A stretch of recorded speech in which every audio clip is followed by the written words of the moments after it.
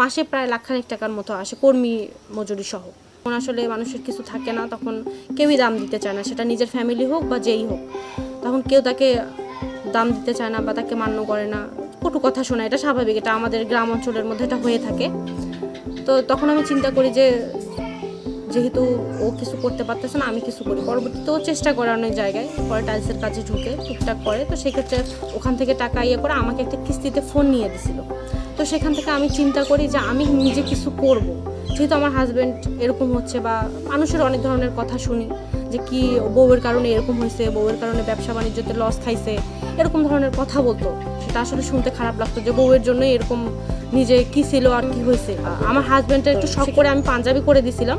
শখ করে দেওয়ার পর হাতের কাজের সুই সুতা দিয়ে হাতের কাজের অল্প কিছু জানা ছিল, সেখান থেকে একটা পাঞ্জাবি করে দেয়। তখন আর কি ফেসবুকে যখন ওর ছবি ছাড়ে, প্রোফাইল পিকচারে যখন ওর ছবিটা দেয়, সবাই কিন্তু এটাতে আর কি মুগ্ধ হয়েছে, বলছে যে এটা কে করে দিচ্ছে, কোথা থেকে নিচ্ছে, এই আলাপ আলোচনাগুলো হয়েছে। তখন আমি বলছি যে দেখি আমি আরও কয়েকটা করি। তো আমার নিজের জন্য একটা 3 পিস করছিলাম, আরও আত্মীয় স্বজন 2-1জনকে গিফট করছিলাম।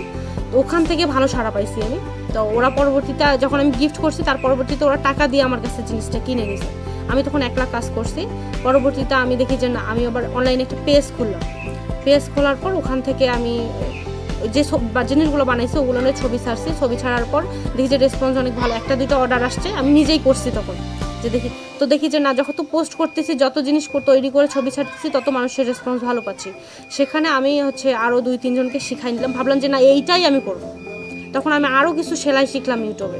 শেখার পর আমি আরও অর্ডার নেওয়া শুরু করি। অর্ডার নেওয়ার পর আগে আমার 10-12জন কর্মী ছিল, এখন আলহামদুলিল্লাহ আমার 50-60জন কর্মী। আমি চেষ্টা করতেছি আরও আমার 100-150+ কর্মী বাড়ানোর জন্য, যেন আমার এলাকার মধ্যে যারা আছে, যারা বাসায় বসে কাজ করে, অনেকের হাজব্যান্ড আসে বাইরে যাইতে দেয় না, বাইরে বলে যে না বাইরে যাইতে দিব না, যতই অভাব থাক বাইরে যাওয়া যাবে না। কিন্তু মেয়েদের তো একটা পার্সোনাল খরচ আছে বা অন্য কিছু থাকে, সেক্ষেত্রে মেয়েদেরও তো মন চায় যে হাজব্যান্ডকে একটা কিছু দিবে বা সংসারে কোনো কিছু একটা জিনিস করবে। সেক্ষেত্রে আমি ওদেরকে শিখাই নিচ্ছি, ওরা করতেছে, ওদের ভালো চাহিদা, এবং আমি চাচ্ছি আরও আমি যেন 100-150 জন মহিলার কর্মসংস্থান করে দিতে পারি।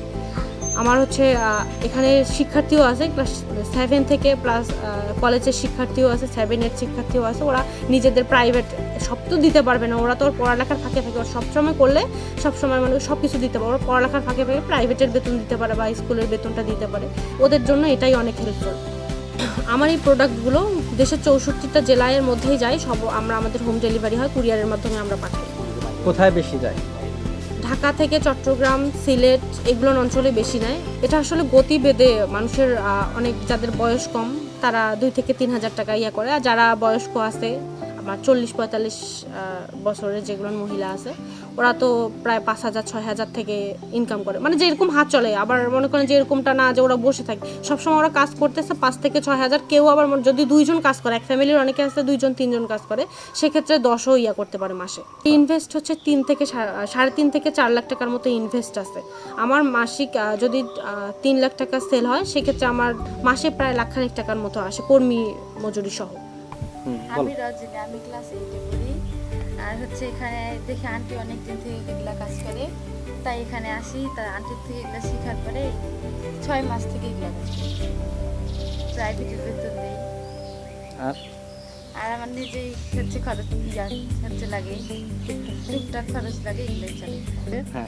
আমার একটা পাশের আমার ভাইয়ের মেয়ে, ওই কাজ করিয়ে একটু নিজেকে নিজে অনেক সহযোগিতা করছে, পাশাপাশি নিজে অনেক ওই কাজের পয়সা দিয়ে নিজে পড়াশোনার খরচটাও চালাইছে, অনেক কিছু করছে। এখনও ওই চেষ্টা করতেছে পড়াশোনাটা নিজেও চালাইতে এবং কাজটাও করতে।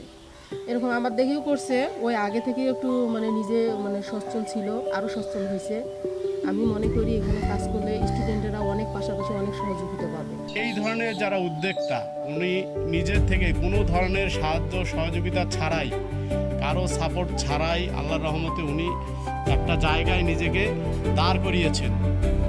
তাই এখানে যদি কোনো ধরনের সহযোগিতা সাপোর্ট কোথাও থেকে পাওয়া যায়, সরকারি বেসরকারি অনেক সংস্থা আছে, তারা যদি কোনো না কোনোভাবে একটি পৃষ্ঠপোষকতায় এনাকে সাপোর্ট দেন, পৃষ্ঠপোষকতায় রাখেন, আমার মনে হয় এই প্রত্যন্ত অঞ্চল থেকে 30 নং ওয়ার্ডের এই নাসনিয়া এলাকার এই প্রত্যন্ত অঞ্চল থেকে শুধু দেশে নয়, একটা সময় গিয়ে এটা দেশের বাইরেও পারচেস হবে আমি মনে করি। যেহেতু